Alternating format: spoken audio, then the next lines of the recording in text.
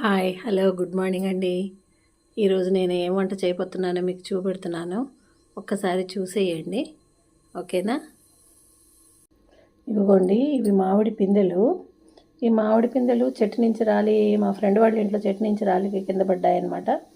వాళ్ళు పంపించారు. దాంతో అయితే ఈ పిందెలతో అయితే పప్పు చేస్తాను. చాలా పుల్లగా ఉంటాయి ఈ కాయలు.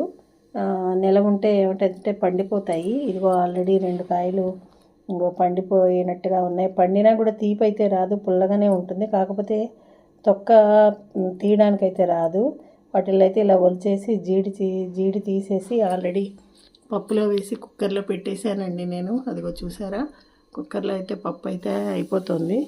ఇగో ఈ ముక్కలు, ఈ కాయలు అనమాట, చాలా బాగుంటాయి. ఈ కాయలతో అయితే పప్పు చేస్తున్నాను. నెక్స్ట్ ఏమో ఇగో దొండకాయలండి.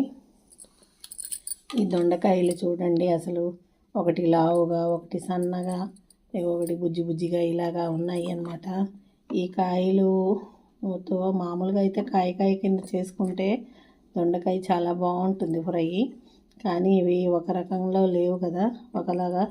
అందుకని వీటిల్లో అయితే ఏం చేస్తాను అంటే, ఇదిగో ఇలాగా 4 పక్షాల కింద అయితే తరిగి ఈ కాయని ఇలా ముక్కలు అయితే చేస్తున్నాను. చేసి మరి ఫ్రై అయితే చేద్దామని అనుకుంటున్నాను. ఇదైతే ఈరోజు వంట అనమాట. ఉల్లిపాయలు వేసి దొండకాయ ఫ్రై అనమాట, మామిడికాయ పప్పు. అది చూసారు కదా, ఈరోజు మా వంట అయితే అది ప్రిపేర్ అయిపోతుంది. మీరేం వండుకున్నారు, ఏం చేశారు అన్నది చెప్పండి, ఓకేనా ఫ్రెండ్స్? మరో వీడియోతో మీ ముందుకు వస్తాను. లైక్ చేయడం మాత్రం మర్చిపోకండి. ఉంటాను, బాయ్.